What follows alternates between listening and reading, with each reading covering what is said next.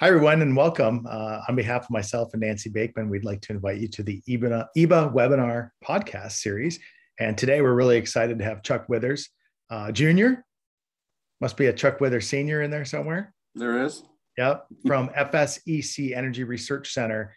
And such an important topic. We had a great topic yesterday on healthier homes. And I think this, we pointed out in yesterday's session how important ventilation is. So just an absolute great follow-up session, Chuck, to have you talking about whole house mechanical ventilation design and installation. And I love the intriguing title, As Though Health Matters. Right? Yeah, that's right. We do have a Q&A section. So enter your questions throughout. We'll be taking those at the end of today's presentation. And Chuck, we'll turn it over to you. We're happy to have you. All right. Thanks, Aaron. Okay, everybody. Thanks for joining on. I would like to just kind of kick off and say that this issue is this ventilation, whole house mechanical ventilation it's been a tough one in a lot of places. And so what I'm going to do is really I want to highlight, I think, where we're seeing the problems and issues with this, and then also kind of see our way out of it, and sort of offer some solutions and recommendations then as we go on. So with that, we'll get going. I'm going to talk a little bit intro here. I want to get into some recurring problems. So I'll share some previous research findings over time in a couple different places, and then even some current research that's going on, what we're seeing. Like I said, I'll go into some design solutions, and then we'll go into some recommendations after that. So kind of at the heart here, if you're a little newer to the energy efficiency world, you've kind of missed where we came out of. And so like decades ago, right, we started a lot of weatherization. We realized that tightening houses will help save energy. And then as we're tightening them up, they're getting less ventilation. And so one of the things I've been involved in for years is in research has been actually measuring the ventilation rates in homes. And so we've seen that they're not only tighter, but the actual ventilation rates that are occurring have in fact decreased. And they're less than our ASHRAE 62.2 residential ventilation standard would call for. So that all is to say that mechanical ventilation is needed to get that ventilation. And we need to make sure that these things are installed and working correctly, right? So I want to go into just a little bit of just sort of, again, intro background kind of thing where we're at. So I'm talking about whole house mechanical ventilation systems. When I say that, I'm talking about ventilation that's designed for the entire house, meet the needs of the occupants, not just spot ventilation of, say, a kitchen or a bathroom. Okay, and that, in fact, right, for these tight homes, that we really need to rely on mechanical ventilation for acceptable indoor air quality. And so if your system, if it's not operating correctly after occupation, then have you really built the healthy home? Have you built a green home, or have you met the goals of your program, right? And the quick answer is no, you haven't. So it's really important that we get this right. And we're seeing in a lot of cases it's not right. Okay, just as again a little more background. So as we're talking about house mechanical ventilation systems, there's different kinds of equipment that can fulfill this function. And any of them can work if installed and designed properly, right? So probably the one that we're most familiar with, and it's very common to be used, is a bathroom exhaust fan. Now, again, that's not to say that any bathroom exhaust fan meets the need of a whole house ventilation, but it would in fact have to be a bathroom fan that in fact has been measured and verified that it first of all moves the correct amount of airflow for the whole house, not just for the bathroom where it's located, and that it's controlled properly so that it stays on for the appropriate amount of time. And that's, again, controls, and when things are on or off, that starts to be where we start to see some problems. Energy recovery ventilators are another one that we see. This would be what we also would call or classify as a balanced ventilation system. And in turn, when we say balanced, what we're saying is balanced is you're pulling air from indoors, so you're exhausting air from the house to outdoors, and then you're replacing that with this outside, what we hope is fresh air coming into your house. So, and the other nice feature with an energy recovery ventilator is that there's an exchange core there that this air passes through, so that you're able to capture some of the cooling and dryness of the indoor air and transfer some of that to the incoming outdoor air, right? So it helps take some of the load off of your air conditioning. Down just below that is a ventilating dehumidifier. This would be could be generally classified as a supply ventilation system, with the other function that is also able to then provide dehumidification. So we typically would see this implemented more in the hot, humid climate zones of the country, where we have a lot of moisture in the outside air that needs to be removed. And during the lower cooling load periods of the year, the air conditioner can't pull all the moisture out and the humidity goes up. So the dehumidifier is able to kind of come in as needed and keep the indoor humidity below 60%. And so that's really a pretty good way to, get the delivered ventilation and also manage the humidity in a home and in the hot, humid climate zone. And the lower right is the central fan integrated supply, sometimes we call CFIS. But the central fan part refers to the fact that the outside air is brought into basically the central heating and cooling system. And that is also a supply type ventilation system. So you're pulling outside air in, and this is typically pulled in through the return side of the central system and then gets distributed through the house. There are two subcategories of that, and that is, one is uncontrolled, meaning that if it's uncontrolled CFIS, that's to tell you that you're only getting ventilation when you have a heating or cooling load, when that fan's operating. So in that case, you're typically not going to get all the ventilation you need throughout the entire year. So one way to counteract that is to then put a control on it, keeps track of the time that the cooling and heating system's running, and then makes up for any time and will kick the fan on to be able to pull in outside air for ventilation. And that works, as long, again, as things are put in right and they also get maintained correctly. One of the issues with CFIS is that and this kind of falls into the hot, humid climate zone where we really see this, but we really run into issues with these where the cooling load is low. So there's not, you wouldn't actively be cooling at certain times. And then the central fan gets thrown on to pull in outside air, and our outside air is very moist. So you start adding moisture into the home and you're not removing it. Therefore, the indoor relative humidity starts going up, and it can start to create comfort issues. And in some cases, we have homeowners that then get uncomfortable. They call the builder, and they start saying, I'm not comfortable. And their solution, it's not a good one, is to turn the system off, right? So, okay, moving on. So I want to spend a little bit of time also on, just shortly, a little bit on how the airflow is measured, because again, how do you know how much outside air you have if you don't measure it? And what if you can't even measure it? Now you have no idea, right? So this is, again, some issues that we see. So again, just a little background. You've got inlet vents, outlet vents, and there's even midstream locations where you may be able to take airflows at.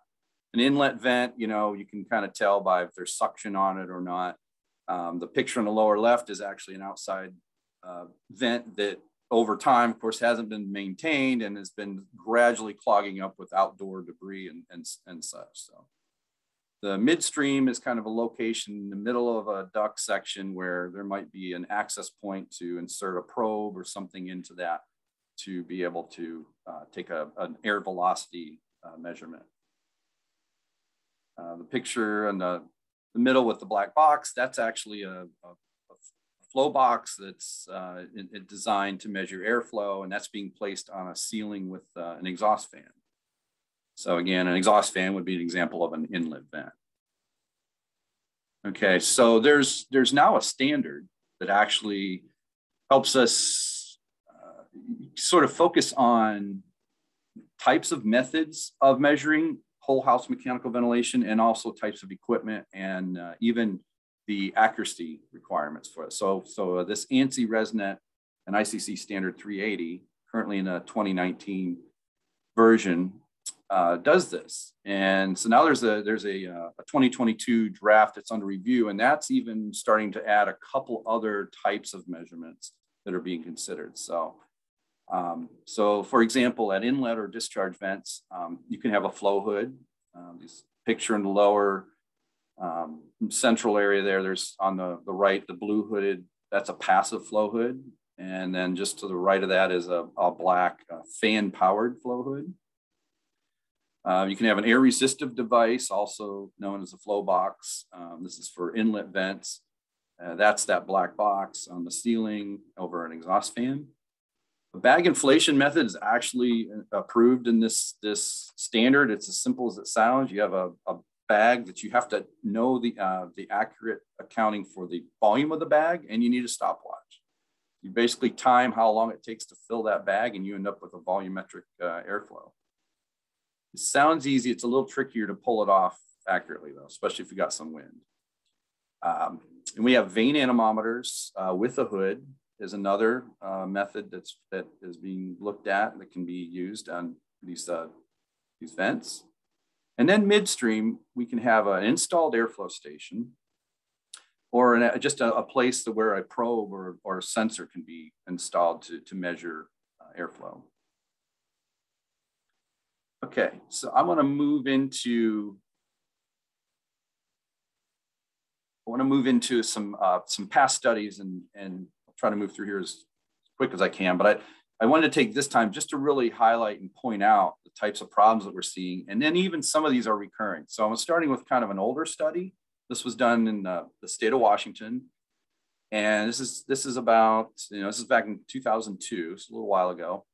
But this study looked at existing ventilation systems at the time, and then looked at whether they were meeting the desired design flow rate, whether they're working or not.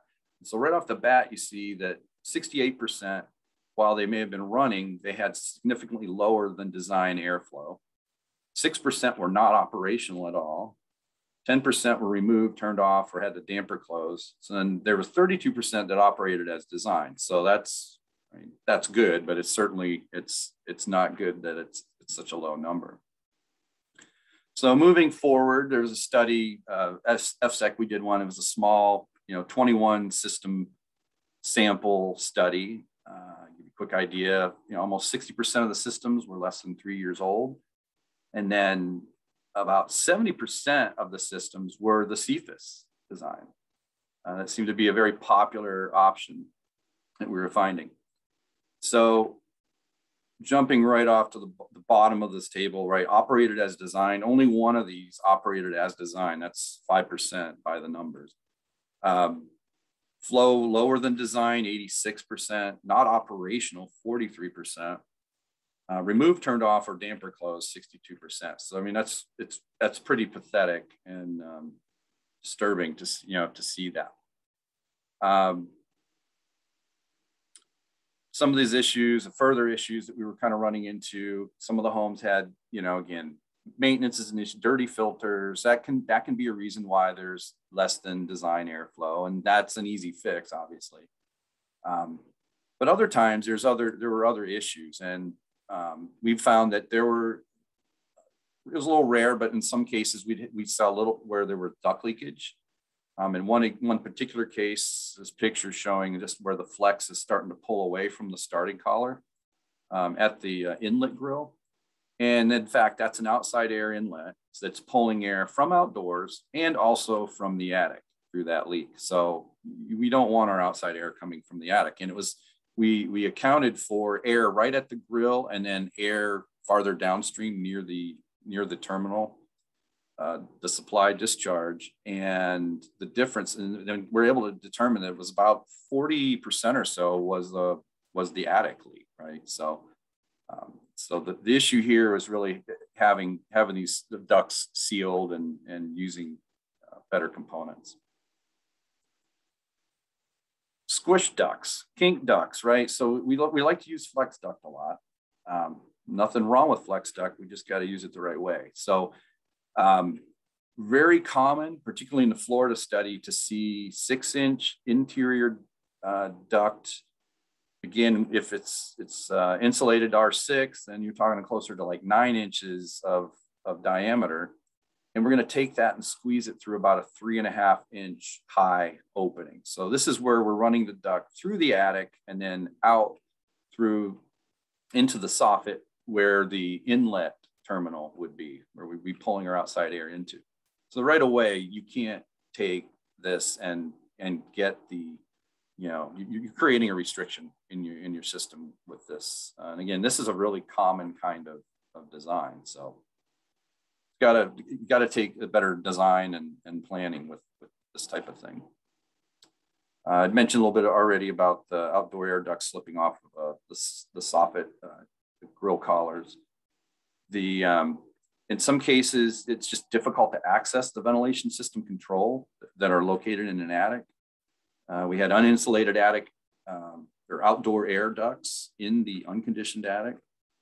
And we also had some outdoor air intake terminations at the rooftop. So where you had essentially kind of a J-type vent through the roof, that was an outside air inlet. So your outside air is being pulled within inches off of the roof surface. A little bit later, Washington State University study that was, again, they found, it looked better. It was a little rosier picture for sure. So in other words, it looks like a majority of the systems are not just meeting ASHRAE 62.2, but they're even exceeding it. And so it's not all over time that things are getting worse and worse. It depends where we're at and what sort of time frame that we're at. And so some places have a little bit better, some better programs that are more involved, they're on top of this. And I think, again, that falls into the education part. We'll talk a little bit more about. So what are we finding now? So there's a current study. Building America is in the process of starting to wind down a national study. So there's research teams around the country that are looking at mechanical ventilation systems, flow rates, controls, and then there's an indoor air quality monitoring component of this for about a week or so, where actually air is sampled in occupied homes. So this is going to be an interesting kind of thing to see how the air quality turns out and what we're seeing with ventilation rates and so on. So kind of stay tuned on this, but there's some initial kinds of characterizations and findings that, I can kind of give you an idea now. It seems like exhaust systems are the most prevalent being used. They're generally found unlabeled and off, with an exception in Colorado. They were finding that they were likely to be labeled and to be on. So, I mean, that's a good local finding there. Supply systems were prevalent in Oregon and the Southeast, and most of these tend to be CFIS type systems. Less than 50% were found on. That's not very good. Rarely just delivering the ASHRAE 62 ventilation rate. And then many were found not capable of functioning. They were disconnected dampers, non-functioning dampers, no measurable flow, just different reasons, why they weren't functioning. The ERV, HRVs were generally found on, and they were common in all regions except for California. And so some preliminary observations of this study around the country. So many of the systems are not operating or they're turned off upon arrival. Some of them are not capable of operating due to component failures. And it's challenging to find CFIS supplied systems that were designed and operating properly. And then we figured that, again, that to improve reliability and effectiveness of what we were seeing in these systems, that homeowner and contractor education is needed, additional commissioning and onboard fault detection systems. Okay, so I'm going to jump off of what we're seeing, what we're finding, and let's get into some design. So I want to kind of start off with problems in design that are impeding us being able to get the mechanical ventilation that we want. And with that, we'll start right off with, poor planning, right? Or design that results in lower probability of ever being able to achieve what your ventilation target is. One of the things that really could help is specifying labels on the mechanical ventilation components. This helps the homeowner know what turns what on and off, where to find that. Damper locations, there are a lot of cases we find there's dampers and there's ducts, and it's not obvious that it's an outside air duct. You have to kind of chase some of these ducts down, follow them, verify that it in fact goes to an outdoor location. That means often going in an attic, tracking it down. A label would really help here. Again, on the planning side, we take these ducts and we just squeeze them into the space that's available. And that's going to often result in kinked or undersized ducts being used. This is an example of an illustration of a plan that was put in that essentially is identifying a CFIUS type supply ventilation system. And this is showing really two options on where that outside air duct could be run. So one option, so they're running it vertically up into the attic and then running it across the attic and then either terminating through the exterior wall or going up and then through the soffit. So they're highlighting an option here, right? So that's pretty basic, generic kind of drawing. But then when we look at this, is the design clear? Well, it's conceptually, you can understand it pretty easily. But then there's some other questions, right? So what we don't see is, are there any structural components that are going to be in the way? Can we really run a straight, flat, level section of duct, or is it going to have to snake and meander through things? As we saw with the going through the soffit, are you going to have a raised heel truss design, which we generally don't do unless we're specifying that, to be able to give you the clearance to pull the duct through that and then into the soffit? Other questions are, okay, so we've got a termination. Let's say we can run that, we run it straight, we're not kinking it, it terminates. How high is that inlet? Somebody has to go measure that airflow. Is that going to be 2 stories up? Is it accessible? Can you stand on a ladder and get that measurement? Or is this going to be, is there going to be a safety issue with trying to verify the measurement? So it's not just how well the ducts and the components are used. It's this other part of the measurement and verification that we've got to consider in the design part of this. Again, just another example here. That's a 4-inch duct. That's, again, for a CFIUS type system. You're not going to get the outside airflow for a 2,000 square foot home, 3-bedroom, 2-bath through that design. There's just no way. So now I want to kind of jump and go into looking at accessible airflow. I kind of alluded to that some. I'll just talk a little bit more about what we can do to be able to measure airflow, because I've said earlier, if we can't measure it, how do we know what we're getting? And chances are it's probably not what it needs to be. So we need to make sure that we're getting what we should. So in the lower left picture is a picture of there's a 2-story home, and then a little cutaway, a little expansion of a part of that side of the house. And there's 2 different areas where there's vents at 2 different locations. So that upper soffit is showing 2, that turns out those are 2 outside air inlet vents going to 2 separate CFIUS systems. And those we weren't able to get those measurements. We had things in the way below. It wasn't safe to stand on a ladder. We couldn't get the equipment up to there. But it does show, and then the lower vent, that actually turns out that's to a bathroom, or it's actually to it was a bathroom yeah, I think that was to a bathroom vent. It terminated through the sidewall, went into the floor, and then came out through the sidewall. It does show you, though, as an option, you could run your outside inlet vent. Instead of going vertically into the attic and across into a high soffit, you could go down into the floor space, run it across the floor space, and then come out through the wall at a lower height in an area where it's accessible. Now, there's condensing units below there. So again, we wouldn't necessarily want it exactly where that's at, where the lower wall vent's at, maybe slide it one way or the other a little bit more. The picture on the right is showing us an example of a condensing unit just below where the outside inlet vent is located. So there's a couple problems with this. One is when that condenser unit's running, that hot air off of the condensing unit's going straight up, and you're increasing the air temperature of the outside air in the summertime when you don't want to do that. So you're adding to the energy load. The other issue is in a airflow measurement accuracy is if that condensing unit's running, you really don't want that running, because that airflow moving around can create, it's like having wind blowing around during your measurement and create more air. So we'd like to see, again, in the design, thought to where that inlet's being placed with considerations about what else is around it.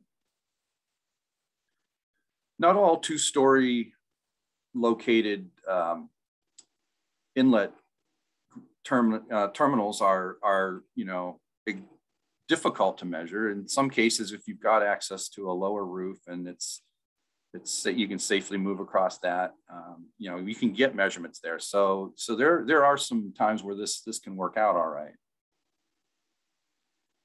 The type of roof is also another consideration. If we've got to move around on the roof to get to certain to vents or certain measurements, you really don't want to be walking around on tile roofs. They're easy to crack. Metal roofs can be very slippery, particularly in the morning. You've got dew on them. And so with that, again, if you're going to designate where the vents are located, consider what kind of roof you've got, and certainly wouldn't want to be putting terminal roof vents through a metal roof and then where somebody had to go and be on top of the roof to try to get the outside air measurement from that. So, again, choose a different location, come through the soffit, through a sidewall, something like that. Sufficient space, that's the other issue, is especially if you're going to have like a sort of a midstream type location where you want to be able to take measurements. It's not just being able to get to it. A lot of these ducts are in attics, and you really need a support and a platform where you can stand and walk and access where you're going to be working from. This is an example of, it's a flexible duct, but this is, again, where a midstream airflow measurement was made by somebody. We came in after the fact, found this. They had a hole there, and we kind of looked through the jacket and saw that the hole is in fact in it. This is a flexible metal duct, which is okay to penetrate through. Again, you would want to have a plug in there and have it sealed when you're finished. We really don't want to make penetrations through the fabric type flexible ducts. Those, as soon as you puncture that inner liner, there's no rip stop, and you can very quickly, with any stress on that duct, have a runaway rip that creates a catastrophic failure in terms of air leakage on the duct. So we shouldn't be penetrating flexible fabric type ducting. This is a little nicer, friendlier kind of measurement to make. Again, this would need to be planned and designed in, but you could put an inline. They have what's shown here are iris dampers that are adjustable, and they measure pressure. And then the manufacturer of this has got these calibrated to the pressure, so that as you're measuring the pressure across that damper, they have a flow rate that then you can calculate for that. So you can directly get an airflow rate from this type of device, and as long as you just need a manometer. And then there's also recommendations for clearances. Where we put these things are important. We don't want to put our airflow stations right after a sharp bend in the duct. We want to be several, or at least a few duct diameters away from duct directional changes. This is just an example. This is actually in one of our research labs where we have an airflow station and we have a platform that we're showing. Again, just to illustrate that it takes some planning and you need to do that, to do this, but then, we have a safe place we can stand, take measurements and move around. Again, lots of flexible duct. So how we hang it, again, is important, not just crushing it, squeezing it into the soffit, but also that if we're going to support it, that we support it correctly. And from there, I want to roll now into kind of recommendations on in general, what can we do or what can we start to focus on to help us out here a little better. So first one is that labeling. It just really would help a lot. Having on-off control switches. You never know who's going to come in later to service this stuff. It's not always likely that it's going to be whoever installed it. So if we're going to service these things, we need to know where they're at, where they're located, where the controls are at, what things are. So by throwing labels, and not just on controls and switches, but also on components of the system. So labeling the duct, this is an outside air duct. Labeling, putting some kind of a labeling on the grills, as an inlet, ventilation inlet grill, or terminal discharge vent. Those kind of things would definitely help. Dampers. Dampers are, we have dampers typically are installed in our ventilation systems that are usually, they close when the system is off. And again, that's an area that we see failures where the damper's not controlled. It's broken. So somebody needs to know where to find that to even verify if it's even working. On labels, this example on the left, the label on the light switch says continuous duty, but it doesn't say for what. And so you really don't know what is that controlling and when should it be on, when should it be off. The labels on the right, the middle and the right there, those actually, they have labels that sort of mention this is outside air ventilation, it should be on. And there's the one label there, it sort of mentions that, okay, in the case of, if outside air is contaminated, then you can turn it off, right? So this is at least some very, very simple level initial kind of guidance that can go on. So then we want to we would like to see basic operation manuals. Again, this comes down to the homeowner education. So if we can describe what a house ventilation system is, how it differs from the air conditioning system, how to tell if the system's operable, is it working, what is the frequency of maintenance on it, what should be maintained, all these kind of things need to be considered. Just again, something that the homeowner can look at, or they can just point to a service person that's coming in, sort of get familiar with the system or where things are at. Operational status indicators. So in the case where we've got electronic type control and components, we had an example like where we went to a house to look at verify ventilation on the home, and we had a control where there were no lights on. And it was the first time that we had come across a particular kind of controller, so it wasn't obvious whether the thing was working or not. And it turned, we were trying to get an airflow measurement and couldn't get one. We were sort of trying to figure out, okay, what is the damper closed? Is what's going on? And it took us a while. We finally figured out that, in fact, that the power transformer that powers all this had died. And so there's, of course, no lights on it. And so even if there's a service light or an indicator that the thing, if you're relying on a on light or off light, or service light, if there's no power, you see nothing. You don't necessarily know that that's a problem. So at the very least, there should be some kind of obvious, visual cue that, okay, if there's no lights on, then this needs service, or what the different lights mean. So these kind of things, and again, this is more than once. These kind of things we would run into. I mentioned earlier, but again, the type of collar that's used is important. So the duct collar height should probably be at least 2 inches tall where we have an inlet or discharge terminal with the duct connecting. And then we want to mechanically secure the duct to the collar and then use appropriate sealants.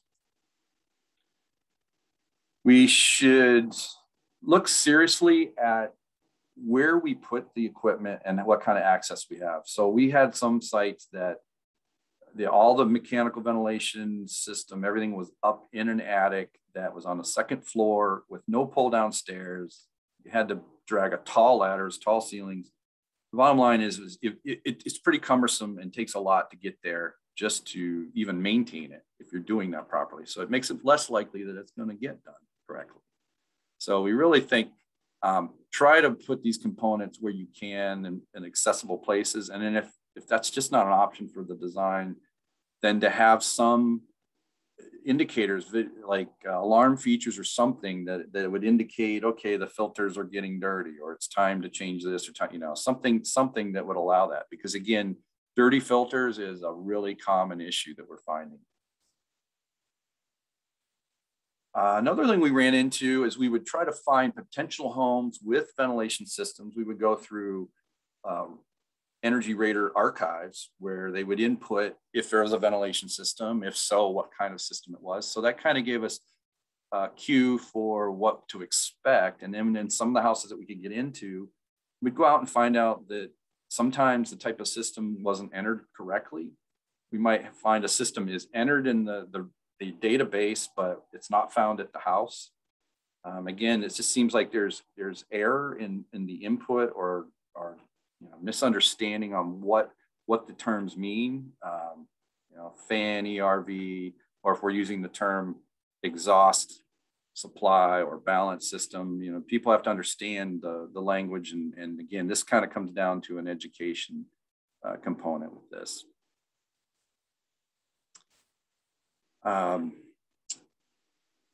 We want to require, it would be nice to require measurement and verification. Again, if all we do is install them and put them in, how do we really know if we're really getting the correct airflow? We can have a bathroom fan that's rated at 50 CFM. And let's say ASHRAE 622 says I need 48 CFM to meet my mechanical ventilation. That is not likely going to happen with that, right? Because we know rated airflows aren't what you get in installed, especially in the case with exhaust fans where you've got small ducts and those ducts bend, they kink and so on. So we need to measure these things. And then with that, of course, we need proper training on the measurement methods. There's the appropriate types of measurements and tools to use for different applications. Contractor education. So obviously the builder and the HVAC contractor, they need to understand the importance of ventilation. And I think, we had a survey a while back that talked to trade people, and right, in general, people would say, yeah, ventilation is important. And even homeowners, they agree, yeah, ventilation is important. But what we're in practice and understanding, we see that it's not being considered, or we're not doing what we need to make sure we're getting what we need. So we need to be able to determine other types of issues that are going on, like such as if we need supplemental moisture control. I mentioned that here because this is just a case in point where I'd mentioned, we have these CFIS type supply systems, and they're used a lot in the hot, humid climate zone. And again, that system pulls air in whenever that central fan runs.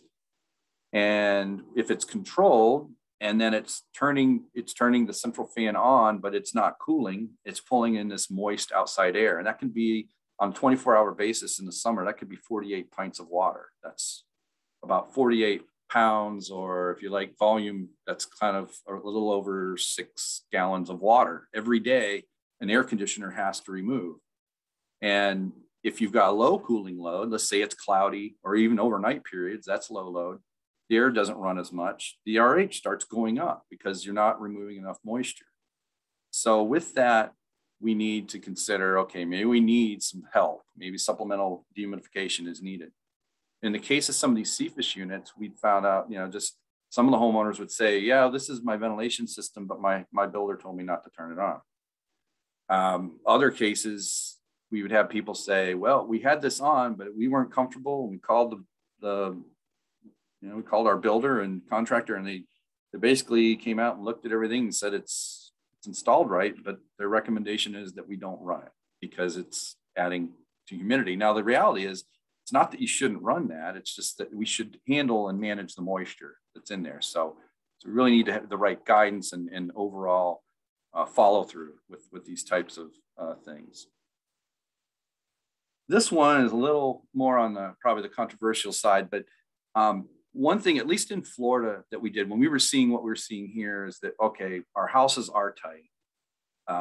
They're reasonably tight. They're definitely tighter than we're going to be able to naturally ventilate and meet the ventilation standards. So with what we were seeing in mechanical ventilation systems, we actually made a recommendation that we relax the house air tightness standard from the 5 ACH 50 back to no more than 7 ACH 50, air changes per hour at 50 pascals. That is really not meant to be something that we want to, where we want to stay, but it's really to just recognize that until our industry is getting this right, we're not getting the right ventilation. It would be better to have a little more natural ventilation. Maybe, again, even then, that's not the guarantee that you're getting the full amount of ventilation you need, but it would be better than if the house were even tighter. So I bring that up here. It's something that is just to kind of mull over or consider, is that we've made these tightness requirements more in the case of energy, and it does save some energy, but it's not saving a lot of energy, and the health is definitely much more important here. These are some just references to different studies and some of the things I've talked about. These things can be available to me, through me or just going back through this presentation. And with that, I'm going to conclude it here and just kind of open it up to any questions that we might have. Wow. I guess I'll add,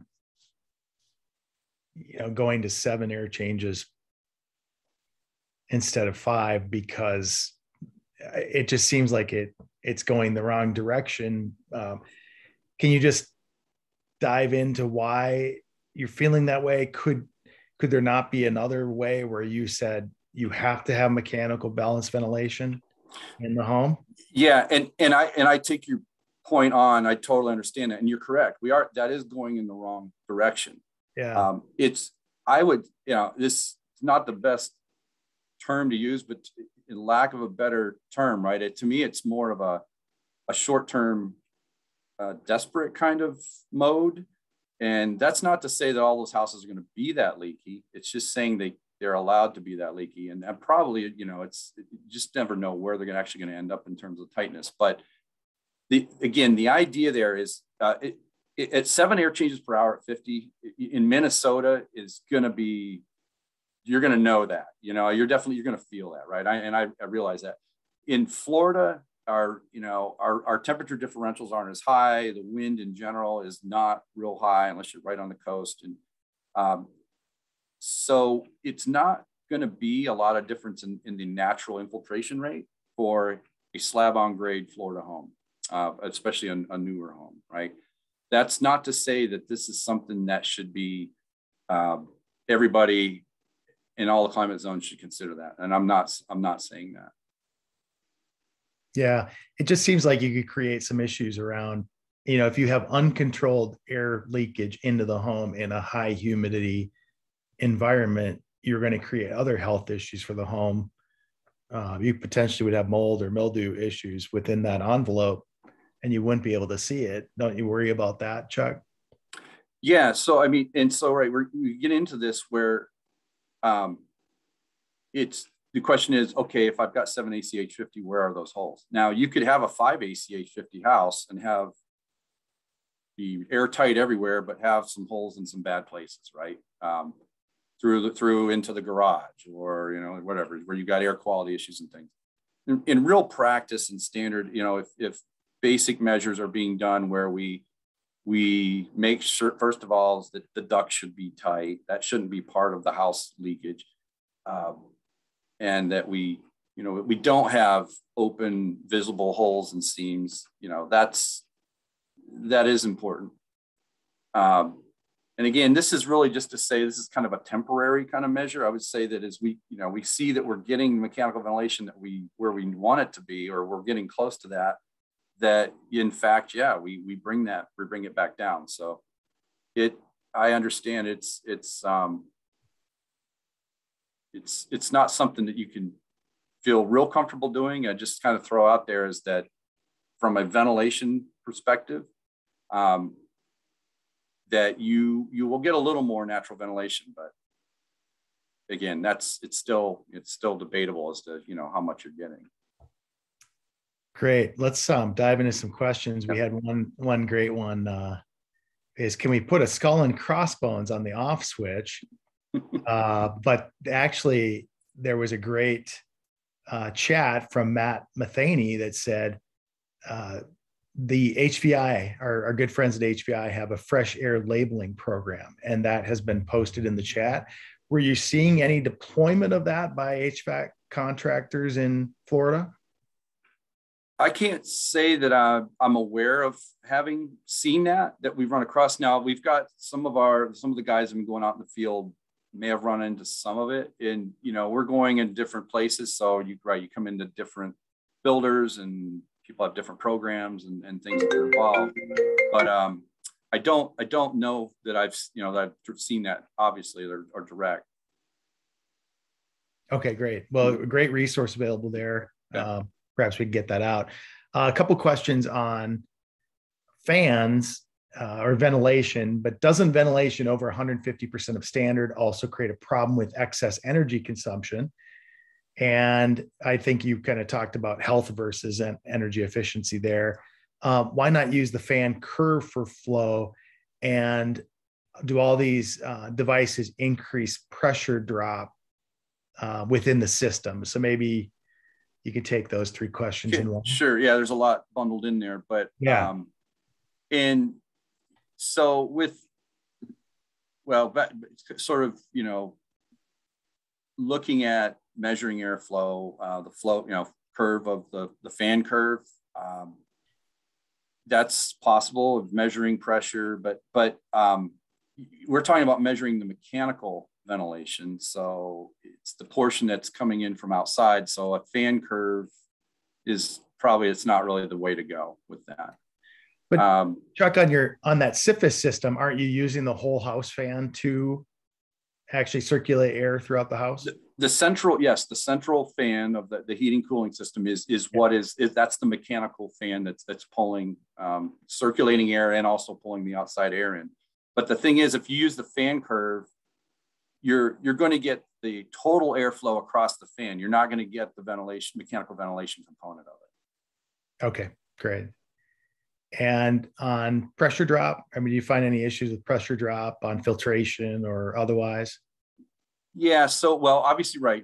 As filters begin to clog, you do greater pressure drop and you get added restriction to the airflow. So in that particular case, right, maintenance is the key in keeping the filters from getting too dirty. The issue about different components in the system and adding pressure drop, I'm not sure. I'm assuming they're referring to, say, like a midstream airflow station, something like that. That some of those are designed to do more of a direct velocity measurement. The ones that I showed can be adjustable dampers, but again, you can adjust that and really minimize the pressure, you know, drop that's there. And the nice thing about that kind of damper is that, you know, depending on what you're using as your mechanical driver, it helps you better control how much airflow is actually coming in. So they're not the kind of thing that is creating, at least the system components or airflow measurement components that are installed midstream they're really not adding much in terms of resistance or adding static pressure to that. Great. Quick question related to airflow measuring tools. This is a home builder who routinely installs ERV systems. Hats off to you, with the dedicated supply and return ducting to a plenum with 6 to 7 fresh air and stale air distribution ducts, each with a damper at the plenum. The duct flow testing tool is very expensive and takes quite a bit of time to balance. So they're hiring an energy rater. I assume it's not Evergy rater, who has a tool to perform this service, is rather expensive. Is there another way to balance ER system flows with the more affordable tool or technique? That's a good question. And there are some things that are less expensive, but then, like I was mentioning, we need to design in where that airflow measurement can be. Like, so in other words, let me give you an example. Like that flow box, that black box that I had, the picture, a hand holding it up against the ceiling with an exhaust fan there. That is, the manometer is the most expensive cost in that. I mean, you're gonna have to spend some money on a manometer, right? So you can spend a few $100s out there. But the box part is relatively inexpensive, a couple $100s. That can work really well. The only problem is some of these manufactured ones are maybe only useful up to around 125 or so CFM. There's guidance on, how high of an airflow or what kind of pressure difference you're causing as you're putting that box on there. But there are some things like that, but it has to be, you need an inlet type terminal that you have access to be able to use that. Right. Great point. Here, this is an ask the expert question, Chuck. So what do you recommend for ventilating an existing 3-story house? It's up at 7,900 feet of elevation, radiant hot water heat, and no ducts. Owner wants to vent house due to heat gain from west facing windows. Ventilate house. What was the part about the heat gain from? Well, I think they're having a solar heat gain from the west facing windows at the end of the day. Okay. So they want to ventilate, bring some fresh air into the house and turn that air over. All right. Well, that particular type of scenario, I like, you usually have the differentials, and I like natural ventilation it's less predictable, but with that kind of what I'm hearing, and I'm kind of imagining, I'm guessing a lot at the design here. But if you have lower inlet, like a lower window, and the older design where you had clerestory type window that was operable and open at the top and open at the bottom, I like that as a natural means for that particular kind of location. Now the problem with that is you don't know how much actual ventilation you're getting, right? So with that, I'm kind of disqualifying, knowing whether or not I'm getting the right amount. On a mechanical means, which I can measure, with that, I mean, you could use an exhaust, an exhaust-based type system, or a couple exhaust fans, right? As relatively inexpensive options that can be used. These fans are usually designed to be pretty quiet as well. That's on the less expensive side. If you get into, again, maybe some really cold weather type issues or at times of the year and things, then a balanced, and an HRV or something might be, if you're a heating dominated climate, to consider. Oh, that's great. I think if you could get an ERV, I don't know if you have a crawl space, or you could potentially get an ERV and work it through the crawl space. That could be a great solution as well, right? Right. Sometimes, I mean, right. Again, it's not, after the house is built, it's hard, but like you can design, right? You can even have a closet space. If you didn't have attic and you didn't have a crawl space even, right? You can work that in, but after the fact, it's a little tougher. Right. Another question that we had was, and I kind of had this question as we went through, but Dean Gamble says he's aware of some new ventilation systems like the Brown Newtone that have built-in airflow measurement and balancing.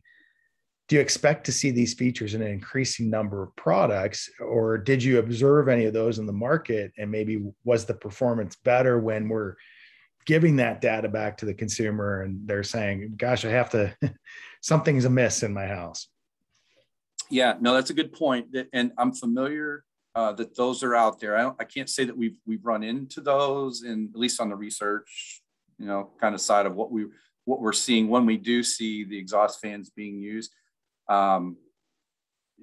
But that is a good feature. Now, will we see that implemented more? It's right. That's a market question. Is like, what's that costing? People are going to look at that, but it's very. I mean, think highlighting the positive attributes of that are really nice. In that, okay, I've got something that can adjust itself. So in other words, right, these are motors now that with our ECM type motors that can sense static.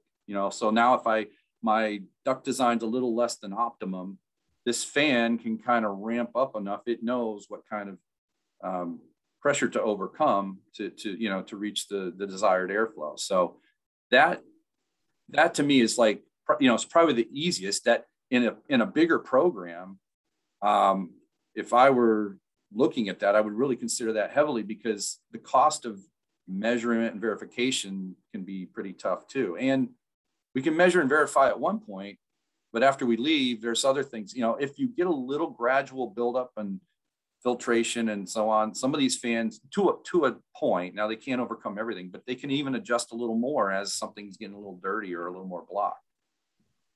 Right. Chuck, how do we help our homeowners understand the importance of outdoor air, beyond just putting a sticker that says this is for? Did you find anything that resonated as you went out and did this survey? That's a great question. I don't have the answer for it. The thing is, how can we, if you're a builder and a contractor, you're building a home and you're installing a mechanical ventilation system, it's as important and more important than the heating and cooling system. People generally understand how to operate those because they really haven't changed much over all the years.